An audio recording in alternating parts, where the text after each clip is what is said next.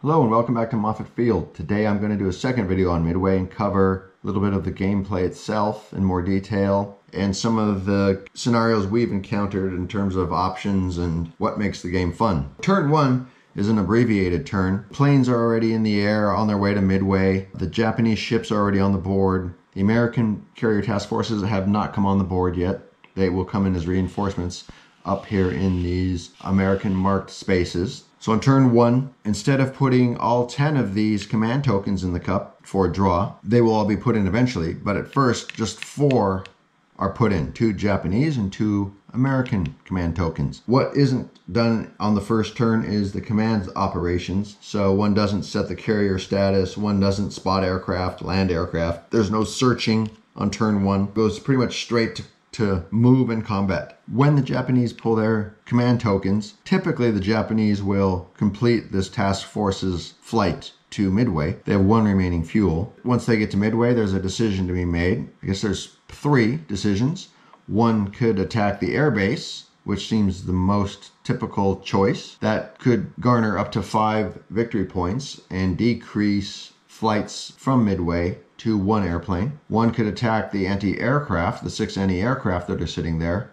Not sure what that would do, except get planes shot down, gain no victory points, probably not even get many hits. The third choice is to attack the Seaplane base, which we have typically found, at least for us, is the best choice, because what that does is cripple the U.S. Catalinas to some extent. If the Catalinas discover a task force and then lose it in the next search or in a subsequent search, then that plane is lost if it cannot fly back to the Midway seaplane base. Then the Americans have to start using bombers off the carriers to supplement the search. There is a way to game that. Once you find a task force, disengage so that you'll never lose it, and then you'll never lose the Catalina. They have unlimited fuel. So there is a way to game it a little bit, but it makes searching more difficult for the Americans. There is one more option. It's a little unconventional, is to fly these planes back to the Japanese carriers, refuel, and then wait and go out for the American task forces once they're on the board. And perhaps use these tokens to advance the destroyers and battleship task forces. One of the goals of knocking out the airfield is that one can start bringing on the Japanese convoy landing forces early, because these forces don't come on the board as reinforcements until the airbase at Midway is knocked out. That's a priority too. The choice comes down really to the airbase or the seaplane base. When the American command tokens are chosen, they have to get the planes off of Midway. They cannot bring in the reinforcements because that's done at the beginning of phase 1. And when one brings on reinforcements, one removes these tokens out of the draw cup. The Japanese actually take 2 tokens to bring on a reinforcement. The Americans only require 1 command token, but that comes at the beginning of the turn, as I said. Bringing in American reinforcements on turn 1 is not an option. Same for the Japanese. So the Americans will get these planes off of Midway. Midway, however, unlike the carriers, when the airbase is struck by a bomb, one does not remove a plane from the stack here. But when a bomb hits a carrier and there's planes on deck, not only does it do an additional point of damage, but one also loses an airplane if they're on deck. But that's not the case on Midway. The Americans could also move these B-17s around the board. They have unlimited fuel, so they fly around until they attack. They are immune to AAA attack. They are the only units on the board, I believe, that are immune to AAA. So they can pretty much fly in anywhere. They can still get shot down by cat fighters, but they cannot be shot down by the ship's anti-aircraft because they're so high. Once these 4 tokens are drawn, then the rest of the tokens are put into the draw cup. So the Japanese have 2 more chances to move. The Americans have 2 more chances to move. There's a possibility for the squall token to be chosen. And when the battle token is chosen, then the turn pretty much ends, the movement ends, and battle begins. If the squall token is chosen, then one of these squall markers are placed firstly in space 3. Then in subsequent turns, if the squall marker is chosen again, the player choosing the squall token gets to place the squall token on the board in an adjacent space in the same row. The next squall token could go in 9, it could go up in 2, or it could go in 4. On the next turn, it could go in 9, 2, or 5, or 6. The choosing of the squall marker presents some interesting opportunities. If I'm the Japanese and I pull the squall marker and I see this American fleet here, if I place the marker there, that prevents the Americans from launching from that space.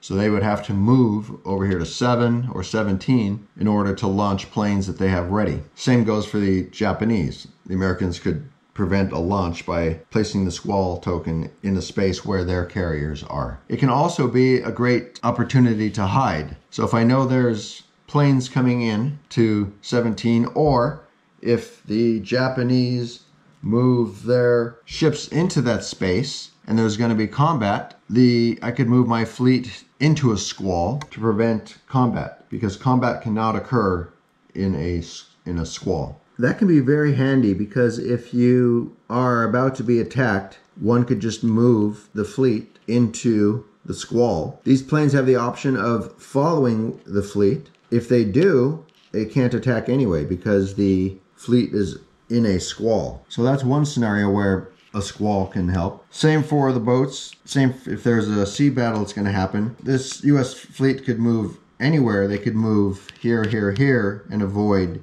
the surface combat. But if the planes were there, those planes would follow the fleet. Probably the best move would be to move into this squall. These planes probably wouldn't follow, because why bother? They could fly down maybe to Midway and attack instead.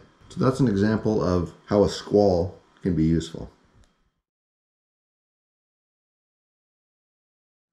This is what a typical turn 1 might look like if most or all of the command tokens are drawn. The Japanese will have their strike forces over at Midway. The US will probably have launched most of their planes on their way to the Japanese carriers, which would have yet still be undiscovered. The American torpedo bomber only flies 2 spaces, so it'd be slightly behind. Fuel would be down from 3 to 2. These American fighters probably wouldn't be here because they would be shot down, but they would be at 1 fuel, or actually they would be at 0 fuel, because combat immediately causes an out of fuel situation. So if they survived, they would be out of fuel. The Japanese air forces here would be out of fuel by movement or by combat. By default, they would be out of fuel. The American B-17s don't run out of fuel, nor do these search aircraft, as I mentioned. There might be a squall marker on the board if that was chosen, and perhaps the Japanese would have advanced their surface ship task forces forward if they had those tokens drawn. Again, no reinforcements would be on the board on turn 1 because that's a phase 1 action. So again, kind of a typical view at the end of turn 1.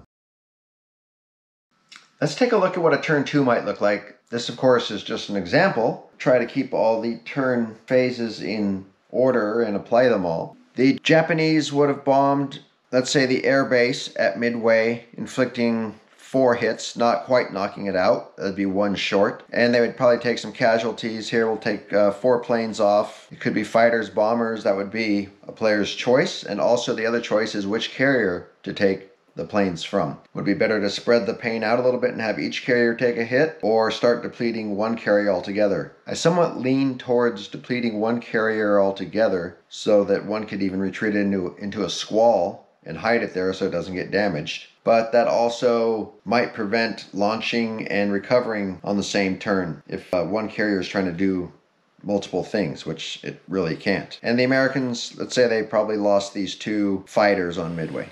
The planes would have run out of fuel last time, and what I like to do is flip this out of fuel counter over as soon as the planes are out of fuel, because if they're involved in combat, if we're playing this correctly, if they're involved in combat, they don't return to base that turn. They will start their flight home the turn following combat. So I flip that over. So this turn I would flip it back, and that means that they're ready to fly home. And the same would be over here for these fighters on cap. The Americans would have flown the torpedo bomber out and these bombers off from Midway. The Catalina that's here in Midway would have flown 2 spaces. So the Catalina would be on its way out from Midway as well. Probably there weren't enough tokens to move this bomber. So it's kind of a typical setup. The Japanese, again, would have used their command tokens to launch towards Midway and possibly move these battleships to C-Zone 10. The other option would have been to move these cruisers out of here,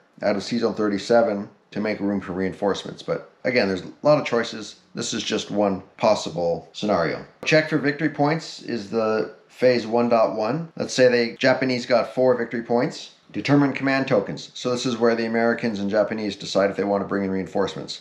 Yes, the Americans would most likely want to bring in a carrier force. So take 1 American token out of the draw pool. The Japanese can't bring in a reinforcement because they have ships here in 37. If they were to bring in reinforcements, it would cost them 2 tokens, but they might need all these tokens anyway. Planes flying back to base don't require tokens. It's just launching, launching, moving carriers, moving ship task forces. That's typically what requires a command token. So the Americans will have 3 command tokens. The Japanese will have 4.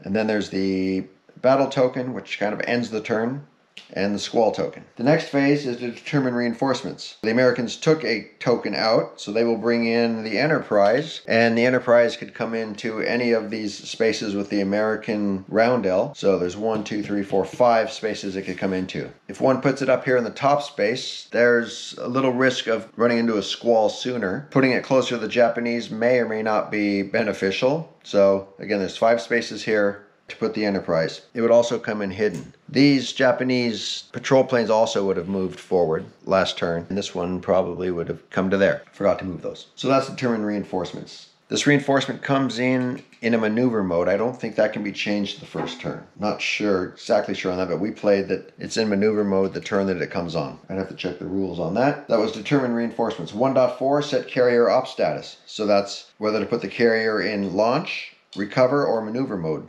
Again, the Americans appear to be in maneuver mode. The Japanese have to make a decision here. Do they want to move these ships? Do they want to move these ships? I think in this case, since there's a Catalina here in 11, don't put the Hiryu and Soryu into launch mode. Don't spot planes on decks, because if they get hit with a bomb, if they get discovered and hit with a bomb, then that would do additional damage and lose some airplanes. A correction here on the landing of the Cat fighters. They actually do have to land at this point because they're in the same space as the carriers. So, and they're out of fuel. The carriers then will have to go into recover mode, but for the rest of the video we'll pretend that they will land next turn, just to keep the video rolling. The Akagi and the Kaga will be put into launch mode so that these fighters can be used against the possible incoming American planes and or escort fighters on their way out to Midway or attacking the task force. 1.5 spot aircraft. The Kaga and Akagi will spot fighters, torpedo bombers, and now they're ready to launch. Hopefully the Americans don't show up and bomb them. Now land aircraft. There are no aircraft to land this turn. Again, these planes will land this coming turn, so they, even though they're out of fuel, they can still defend in combat. It would be nice maybe if there was a little landing token or something to let you know that these planes are ready to land. That's just something to keep track of. I'm sure we miss it occasionally. I know I have, and I can't remember which stage they're in, if they're ready to land or not. Flipping over the counters helps a little bit. Now, phase 2, conduct search. Move and conduct search. This Catalina also would have moved to 23 in turn 1. I missed that as well. And this Catalina would have flown to 9. So let's say this Catalina comes here to the Akagi and Kaga. This Catalina comes over to 11 to help search. So these would be rolled, and the side with the higher dice roll wins the search. So let's just say the Americans find the Soryu and Hiryu, but are unsuccessful in finding the Kaga and Akagi. This Catalina that moved out 2 from last turn could fly to 14 this turn. Or, actually, it might have been better to start heading south to try and find if there's any ships coming across the bottom. Phase 3, execute orders. Launch, move, aircraft. So let's just say the Americans draw their token first. They would move these bombers 1, 2, 3, 1, 2, 3 to attack that discovered task force. And the Japanese,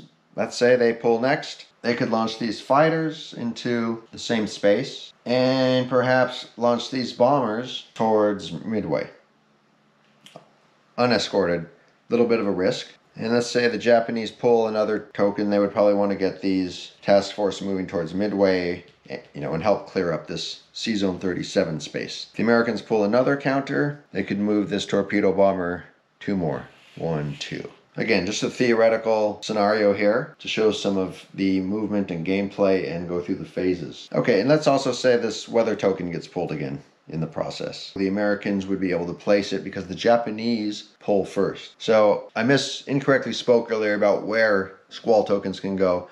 The first entire row has to be filled up with squall tokens before the second row can start to be filled in. So the Americans choose space 2, perhaps in hopes of blocking future launches here. And then the combat token gets pulled. So the Americans missed 1 movement and the Japanese missed 2 command tokens. The next step would be phase 4, invade islands. There's no ships to invade Midway.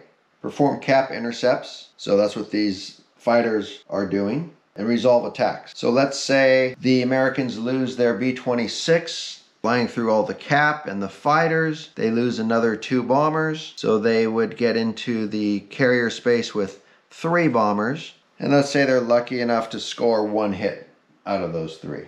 The Japanese do not choose which hit. The attacking force chooses which carrier they're attacking. It wouldn't matter too much here, so just put the hit on the Soryu. The Japanese might lose a fighter, and actually these planes will immediately be out of fuel because any planes involved in combat are out of fuel. So all these planes, except for these Catalinas, would be out of fuel. There would be no further combat to take place. So score victory points, no additional victory points yet. If this carrier gets sunk, I believe that counts for 4 victory points, but it's 1 hit so far. So this carrier would be reduced by 1 on the decks. So it would go from a service capability of 5 to 4 due to that hit. Turn phased, the air unit maintenance return to base. So these planes would have 3 at the beginning. These planes will now fly back. The shortest distance to the Hiryu and Soryu is 1, 2, 3. So 15 is an important space on the board, at least at the beginning of the game.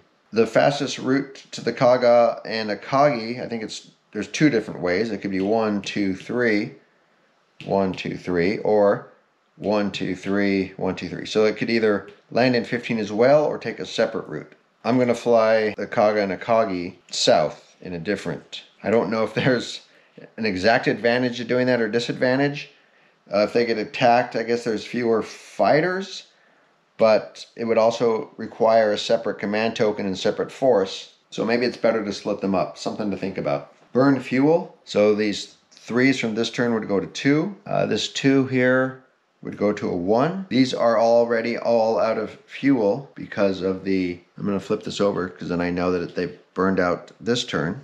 These are already out of fuel due to the combat situation. The B-17s don't burn fuel and the search aircraft do not burn fuel. Rearm bombers. That would be over here on the carrier card. There's nobody out of bombs and out of fuel in the hangar decks, so that doesn't take place this turn.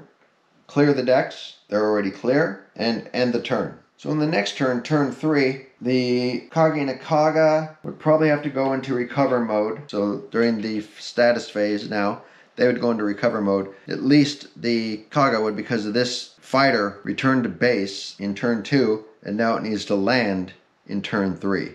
Those kind of logistics, you really have to be on top of and keep remembering which plane did what and what status is it in. Is it ready to land? Did it just fly back? There's little tips and tricks like flipping the counters over. Might even write things down to help keep track of which plane is doing what action. Is it landing? Is it taking off? Did it just burn fuel? So that gets a little complex and there's some things to manage. But it kind of adds to the interest of the game too, because you can see that the complexity of what goes on. Do you have to clear the decks to land one plane? We consider it a house rule of voluntarily ditching, because theoretically in the game you have to put the carrier on recover, but you might want to put it in maneuver, escape into a squall, or escape to a space with more ships. There's an 8 unit stacking, by the way, 8 ship stacking. Maybe having a house rule that lets you voluntarily ditch planes in the ocean because you may want to ditch it to save a carrier. So in this case, if there was a house rule like that, you could lose this plane but immediately move the carriers away, and that plane would be lost. So something to think about for a house rule. Well, that's a look at turn 2, and hopefully gives you an idea a little more in depth of how the turns play out. It's not set in stone per se, but it's a pretty good representation of what might happen in turn 2